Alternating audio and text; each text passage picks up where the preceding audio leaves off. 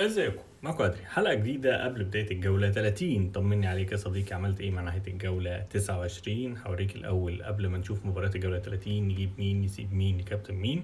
هوريك انا عملت ايه مع نهايه الجوله 29. ويلا بينا نبتدي الحلقه. متنساش لايك فولو شير سبسكرايب الكلام الحلو ده كله، وتابعني اول باول عشان يجيلك كل جديد. يلا بينا يا صديقي. زي ما انت شايف يا صديقي، جبت كام؟ 65 بوينت مع نهاية الجولة 29. زدت تقريبا، طلعت 150 ألف مركز. مش كتير بس الحمد لله ان هو سهم أخضر مش سهم أحمر. دوبرافكا كان 2 بوينت، عندي خط الدفاع جه بوينت، فيرجيل فان دايك العالمي بوينت، جابرييل كان 11 بوينت، خط النص اللي انقذني نوعا ما سيمينيو بالكابتنه اللي راحت له 14 بوينت، برونو فرنانديز 8، تافرنير طلع لي ب 2 بوينت ما عملش حاجه، وديكلان رايس ب 3 بوينت. اما عن الهجوم فجواو بيدرو المتالق هو اللي عمل الليله كلها، ويا ريتني كنت كابتنته. تيجو ب 2 بوينت وهالاند ب 2 بوينت، وعندي اتنين على الدكه لو كنت لعبتهم كانوا فرقوا معايا. كلير اللي جاب لي 6 بوينت كان يبقى احسن من دوبرافكا بكتير، وهيل اللي طلع لي ب 8 بوينت. طمني عليك، عملت ايه مع نهايه الجوله 29؟ يلا بينا نشوف مباراه الجوله 30، نجيب مين نسيب مين كابتن مين، ولو انها مش هتفرق لان كلهم في الاخر بيخزوقونا. خد بالك يا صديقي، الجولة هتبتدي يوم السبت، البداية مع بيرلي على أرضها قدام بورنموث. بيرلي اللي زي وولفز بقوا برازيل الدوري الإنجليزي، لازم يجيبوا فيك أجوان، وخصوصا وولفز اللي بدأت تكسب كمان. المهم، الماتش على أرضهم قدام بورنموث، الماتش متوقع إن يبقى فيه أهداف من الفرقتين سواء بيرلي سواء بورنموث، فانسى كلين شيت. لو عندك سينسي أو عندك هال من دفاع بورنموث هيبقى اعتمادك إن هم يعملوا أسيست أو تدخلات دفاعية، وخصوصا سينسي أكتر. نيجي لخط النص، تافرنير اوبشن كويس من بورنموث، ممكن يعمل حاجه.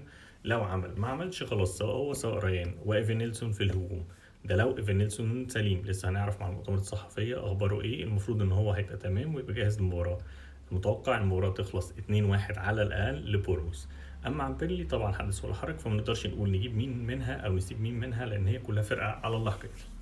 المباراة اللي بعد كده ساندرلاند على أرضها يا صديقي قدام برايتون، مباراة متوقع إن يبقى فيها برضو أهداف من الفرقتين مش فرقة واحدة، مع إن ساندرلاند ممكن تعملها وتطلع بكلين شيت ويبقى طالع 1-0 بالعافية. ولكن برايتون فرقة رخمة نوعا ما، وايلبيك موجود تمام، روتر موجود تمام. عندك حد من الدفاع هتلاعبه على أساس إن هو ممكن يطلع بكلين شيت، أوكي، بس أنا شايف المباراة تطلع يا 1-1 يا 1-0 لساندرلاند. اما عن ساندرلاند، عندك اي حد من خط الدفاع لعبه، مش لازم تروح تجيب لهم حد من الفتره الجايه لان ماتشاتهم الجايه مش احسن حاجه. المباراة اللي بعد كده صديقي اللي انا شايفها من مباريات الجولة، ارسنال على ارضها قدام ايفرتون، ماتش مهم جدا لارسنال في مسيرته نحو لقب الدوري. انا كواحد مشجع ارسناوي عارف الماتش ده بالذات من الماتشات الرخمة بالنسبة لنا. ارسنال هيبقى نازل عايز يكسب باي طريقة، عندك ديكلان رايس تمام، عندك جابرييل تمام، عندك ساكا تمام. غير كده ما اقدرش اقول لك تروح تجيب حد لان الفرقة بيحصل فيها روتيشن كبير جدا ومش عارفين مين هيحصل ايه. وما تروحش تجيب منهم ناس كتيرة الفترة الجاية عشان البلانكات اللي هتحصل. فلو عندك اتنين زي جابرييل وديكلان رايس تمام، جابرييل ورايا وديكلان رايس تمام، بس اعمل حسابك ان انت هتحتاج تخرج حد. طب توقعاتي ايه للمباراه دي؟ توقعاتي المباراه دي ممكن تطلع 2-1 لارسنال وكلين شيت يروح. اما عن ايفرتون، عندك اي حد من خط الدفاع لعيبه ممكن يطلع بتدخلات دفاعيه. عن خط النص والهجوم هو داسبريهال الوحيد اللي عليه العين، غير كده هو وينداي، مش شايف حد تاني انا بصراحه. ده بالنسبه لايفرتون. طب نروح نجيب منهم حد الفتره الجايه؟ لا، عندك حد اوكي لعيبه، ما عندكش خلاص، كل سنه وانت طيب. اما على المباراه بعد كده صديقي، تشيلسي على ارضها قدام نيوكاسل، مباراة رخمة للفرقتين نوعا ما، بس النجم الأساسي لتشيلسي الفترة دي هو جواو بيدرو، حدث ولا حرج. جواو بيدرو رقم واحد، ما عندكش روح جيب جواو بيدرو. رقم اتنين بالمر، ما عندكش بالمر ممكن تروح تجيب بالمر. عايز تجيب حد من الدفاع بتاعهم تمام، بس أنا مش واثق في الدفاع بتاعهم إن هو يطلع بكلين شيت أو حتى مساهمات دفاعية أو هجومية. فأنا كان عندي تشالوبا ومشيته عن نفسي، بس الاتنين الوحيدين اللي أقدر أقول لك تروح تجيبهم من تشيلسي جواو بيدرو رقم واحد، ده لو هتجيب واحد بس، لو هجيب اتنين يبقى جواو بيدرو وبالمر. اما عن نيوكاسل فما تجيبش منها حد لان كل شويه في حد هو اللي بيعمل حاجه.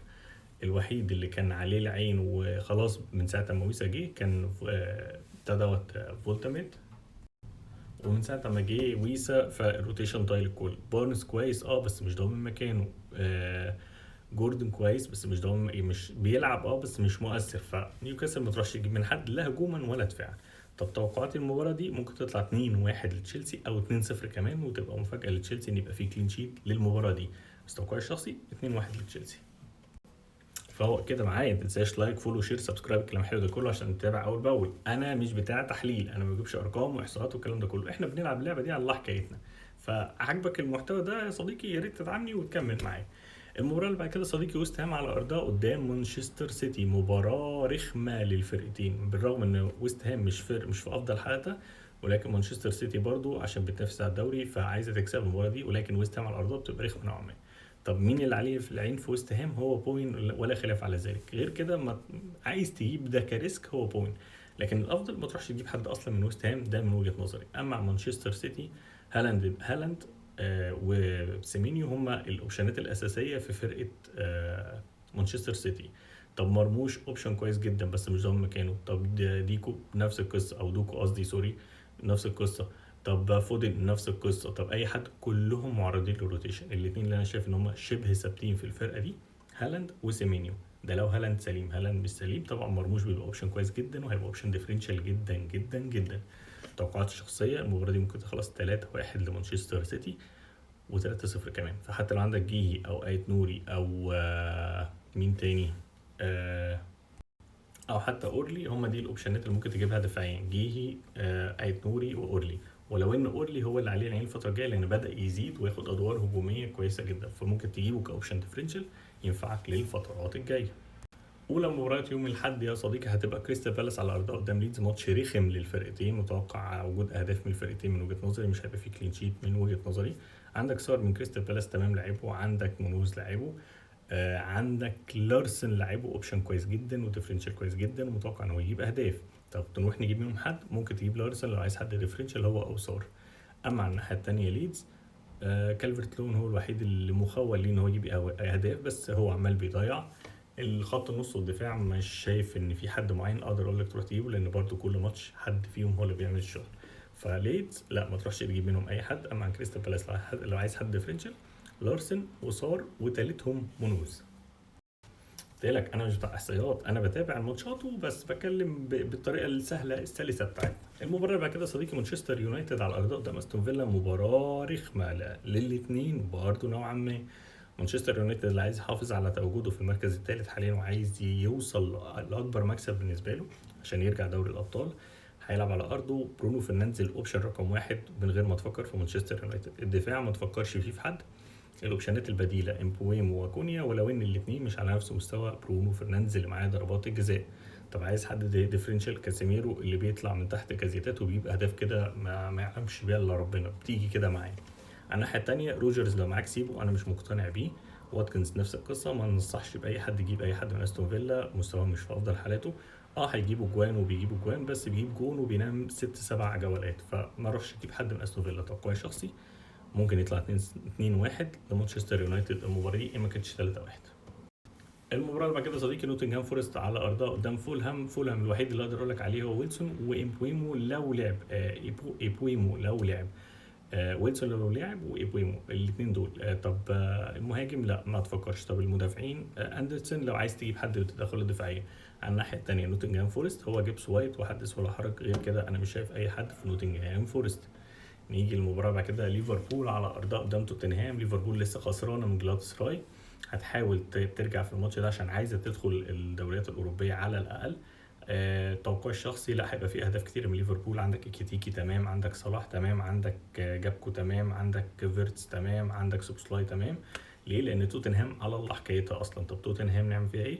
الوحيد اللي عليه العين هو سولانكي، لو لعب ممكن يعمل حاجه مع دفاعات ليفربول التعبانه. طب دفاعات ليفربول نلعب منها ناس، لاعب اللي اتلعبوا الماتش ده هيطلع باهداف للفرقتين من وجهه نظري، على الاقل 3-1 لليفربول.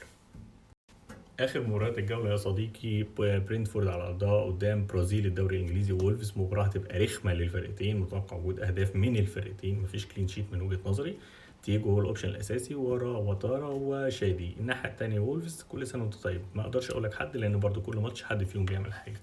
الكلين شيت رايح، بس عندك اي حد من دفاع برينتفورد لعبوا على امل ان هم يطلعوا بكلين شيت. انا هلاعب الحارس بتاع برينتفورد اللي هو كلير، وعلى الله حكايتي وربنا يكرم ان شاء الله.